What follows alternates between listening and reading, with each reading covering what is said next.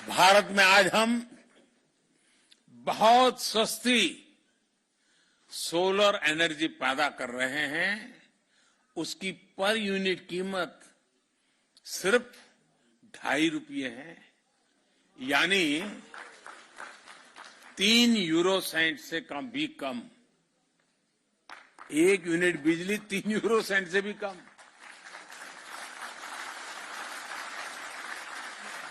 और हमारी कोशिश है कि उसको हम ₹2.5 से और नीचे ला करके ₹2 तक ले जाने की कोशिश कर रहे हैं। लेकिन साथियों, हमें यह भी मानना होगा कि वैश्विक क्लाइमेट एक्शन अभी तो कहीं सफल होता नजर नहीं आ रहा है। दुनिया जहां थी वहीं ठहरी हुई है। इक्के दुक्के अपवाद कुछ कर पाते होंगे, लेकिन हम कर पा रहे हैं। इसका कारण क्या है? इसका कारण यह है कि हम क्लाइमेट एक्शन को सरकारों की मल्टीलेटरल संस्थाओं की जिम्मेदारी के रूप में देखते रहे हैं। जब तक सोसाइटी इससे जुड़ा महसूस नहीं करेगी, मोदी मोदी करने से नहीं होता है।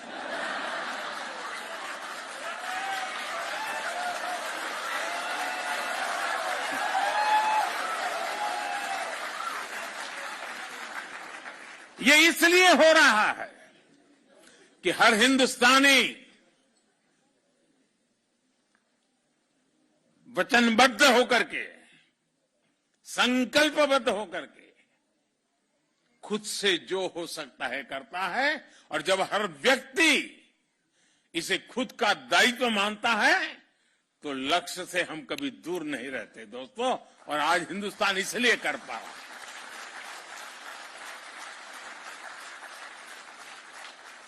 इस समस्या के समाधान में विश्व के अनेक विचार चल रहे हैं, अनेक योजनाएं चल रही हैं, अनेक एनजीओ भी अपनी दुनिया चला रहे हैं। बहुत कुछ हो रहा है, अलग अलग तरीके से हो रहा है। लेकिन हाँ, भारत ने एक नया विचार रखा है, आग्रह किया है। और मैंने ग्लासगो जब आया था तो मैंने एक शब्द में उस बात को वर्णित किया था और मैंने कहा था, हमें लाइफ पर फोकस करना है। Life, LIFE। और जब मैं लाइफ बोलता हूं तो मेरा कहने का तात्पर्य होता है life style for environment.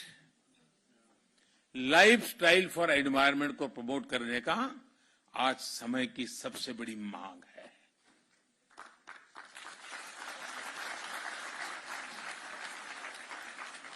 Consumption oriented approach, इससे बाहर निकलना बहुत जरूरी है। यूज एंड थ्रो वाला माइंडसेट प्लेनेट के लिए नकारात्मक है। हम कितना यूज करते हैं ये पॉकेट की साइज से नहीं बल्कि जरूरत से तय हो।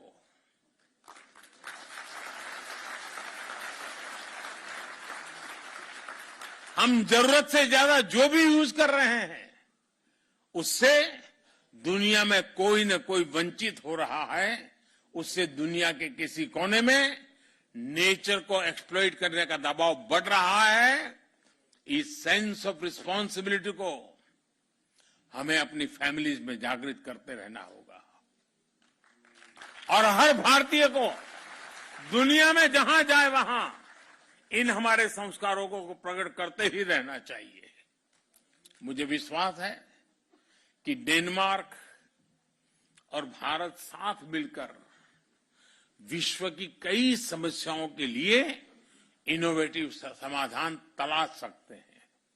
ऐसे समय में जब हम आजादी का अमृत महोत्सव मना रहे हैं तब हमारी ये साझेदारी और अहम है। डेनमार्क भारत के व्हाइट रिवॉल्यूशन में हमारे साथ था। अब हमारे ग्रीन फ्यूचर में हमारा मजबूत साझेदार बन रहा है।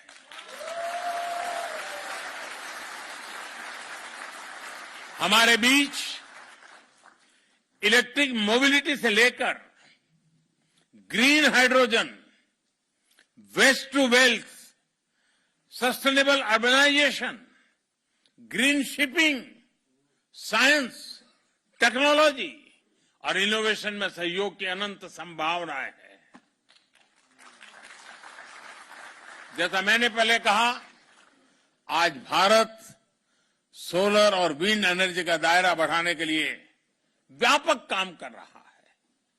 बायोफ्यूल से हमारे किसानों की आय बढ़ाने और हाइड्रोकार्बन पर निर्भरता कम करने के लिए बड़ा इंफ्रास्ट्रक्चर बन रहा है। डेनमार्क की कंपनियों के पास इन क्षेत्रों में उल्लेखनीय एक्सपीरियंस भी है। इसलिए भारत में डेनिश इन्वेस्टमेंट के बहुत बड़े अवसर है। आप में से कई लोग डेनमार्क की बड़ी बड़ी कंपनियों में काम कर रहे हैं। आप अपने डेनिश मित्रों को, अपने कलीग को भारत में मौजूदा अवसरों के बारे में जरूर बताएं। बताएंगे ना?